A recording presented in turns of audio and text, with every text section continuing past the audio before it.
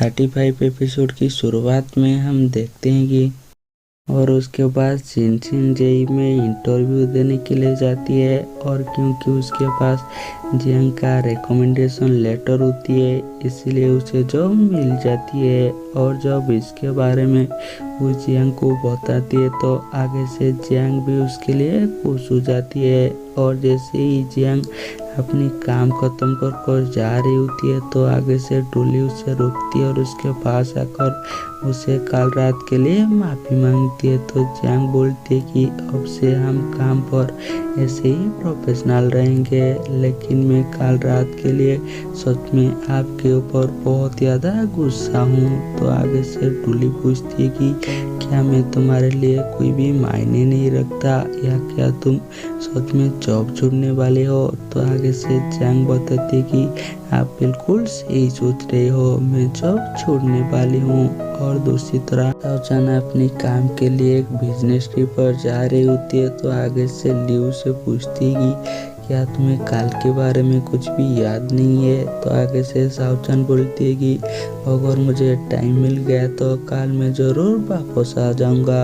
और दूसरी तरह शिनशिन को भी जॉब मिल गया होती है इसलिए वो अपने दोस्तों को पार्टी दे रही होती है। और अगली सुबह जियांग जैसे ही कंपनी में आती है तो उसे पता चलती है कि ये न्यूज़ पूरी तरह से फैल गया है कि वो और जियांग मिलकर एक सीक्रेट ग्रुप चला रहे हैं जिसमें कंपनी का पर्सनल डाटा इधर उधर होती है। तो बेटुली उसे अपनी कैबिन में बुलाती है और उसे पूछती है कि क्या इसमें तुम्हें मेरी मदद चाहिए। लेकिन जियांग समझ जाती है कि इसके पीछे टूली ही है। तो आगे से वो टूली को बोलती है कि मुझे आपकी बिल्कुल भी मदद नहीं चाहिए, मैं ये सारी चीज़ें हैंडल कर लूँगा और ऐसे भी मैं बोर्ड ऑफ डायरेक्टर के सामने सारी सच्चाई बता दूंगा। और वो टूली को पूछती है कि और आपने जो फ्रॉड किया है उसका क्या। जब मैं इसके बारे में बोर्ड ऑफ डायरेक्टर को बताऊंगा तो पता तो है ना आपको फायर कर दिया जाएगा। और ऐसे भी मुझे पता नहीं था कि कब आप ऐसे इंसान बन गए हो। तो आगे से डुल्ली बोलती है कि मैं तो पहले से ही ऐसी ही थी और मैं तुम्हारी करीब इसलिए आई थी ताकि मैं तुम्हें इवन शोए के खिलाफ इस्तेमाल कर सकूं। लेकिन फर्क सिर्फ इतना हुआ कि मैं सिर्फ तुम्हारी फिक्र करता रहा और जब मुझे पता चला कि तुम्हारे लिए मैं ज़्यादा मायने नहीं रखता इसलिए मैंने गुस्से में ऐसा किया।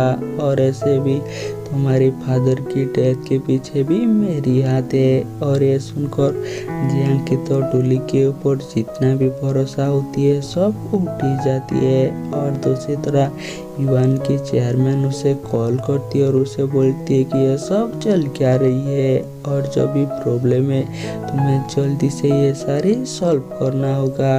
इसलिए युवान डोली को मिलने के लिए बुलाती है और उसे पूछती है कि तुमने सब क्यों किया है। और ऐसे भी अगर मेरे सामने कोई गलती करती है तो मैं उसे कभी भी माफ़ नहीं करती। और क्योंकि तुमने जियांग के फादर की डेथ की रियल वजह ढूंढने में मेरी मदद की है इसलिए मैं इस बार तुम्हें जाने दे रही हूँ और तुम एमएच से रिजाइन कर दो क्योंकि एमएच भी मेरे लिए बहुत ज़्यादा मायने रखती है। तो मैं तुम्हारी रिपोर्ट के बारे में कभी किसी को नहीं बताऊंगा। और दूसरी तरह ली तो उसकी आज पहली एनिवर्सरी होती है लेकिन उसके पास शाओचान नहीं होती है इसलिए वो तो बहुत ज़्यादा अपसेट होती है। इसलिए उनकी शॉप पर जाती है जहाँ पर कि वो दास बैठा हुआ होती है तभी वहाँ पर चारों तरह से लाइट ऑन हो जाती है और शाओचान उसके लिए गिटार प्ले करती है और उसके लिए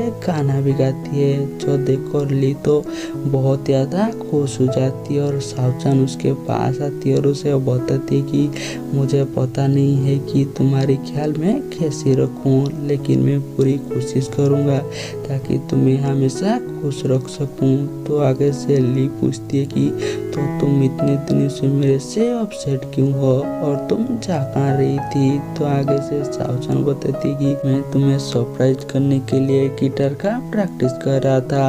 और दूसरी तरह जियांग के पास उसकी कंपनी की तरफ से कॉल आती है और उसे बताया जाती है कि हम आपकी रिकमेंडेशन लेटर को चेक करना चाहते हैं और आपने अब तक जितने भी प्रोजेक्ट किया उसे दोबारा से रिव्यू करना चाहते हैं। तो आगे से जियांग भी उनके साथ कोऑपरेट करने में मान जाती है और उन्हें बताती है कि मैं अपनी पर्सनल रीज़न की वजह से कंपनी से रिजाइन दिया है, तो उसका आगे का प्रोसीजर कैसा होगा।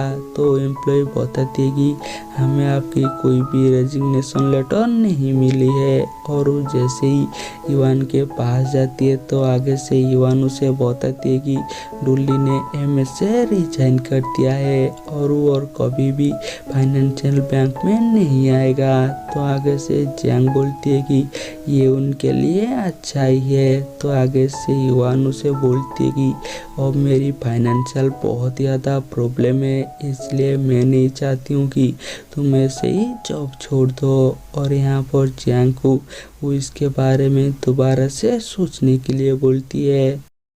और यहीं पर हमारी एपिसोड ख़त्म हो जाती है और हम मिलेंगे जल्दी नेक्स्ट एपिसोड में।